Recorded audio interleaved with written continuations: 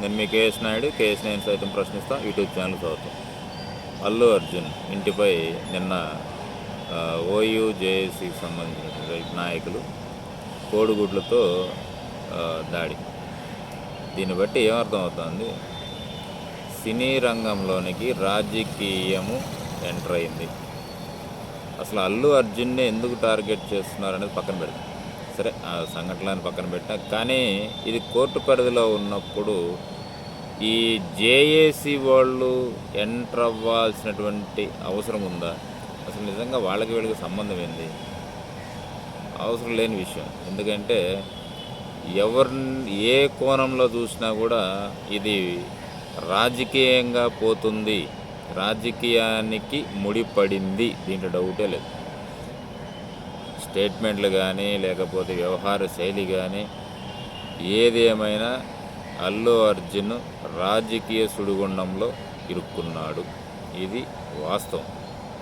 మరి ఈ నిన్న జరిగినటువంటి సంఘటనలు ఒక్కసారి గతంలోకి వెళ్ళినట్లయితే, తెలంగాణ రాష్ట్రం విడిపోక ముందు కేసీఆర్ ఉద్యమ బాట పట్టినప్పుడు ఎలా అయితే వాళ్ళ ఎమోషన్స్కి అనుబంధంగా జేఏసీ జత అయింది. ఇప్పుడు ఇక్కడ అర్థం కాని విషయం ఏంటంటే, ఆల్రెడీ కేసు ఉంది, జైలుకి పోయి వచ్చిండు,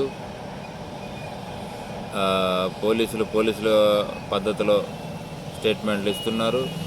అయినా కూడా జేఈసీ ఎంటర్ అయ్యేంత సమస్య ఏమన్నా తప్పించుకొని తిరుగుతున్నాడా, లేకపోతే ఏమన్నా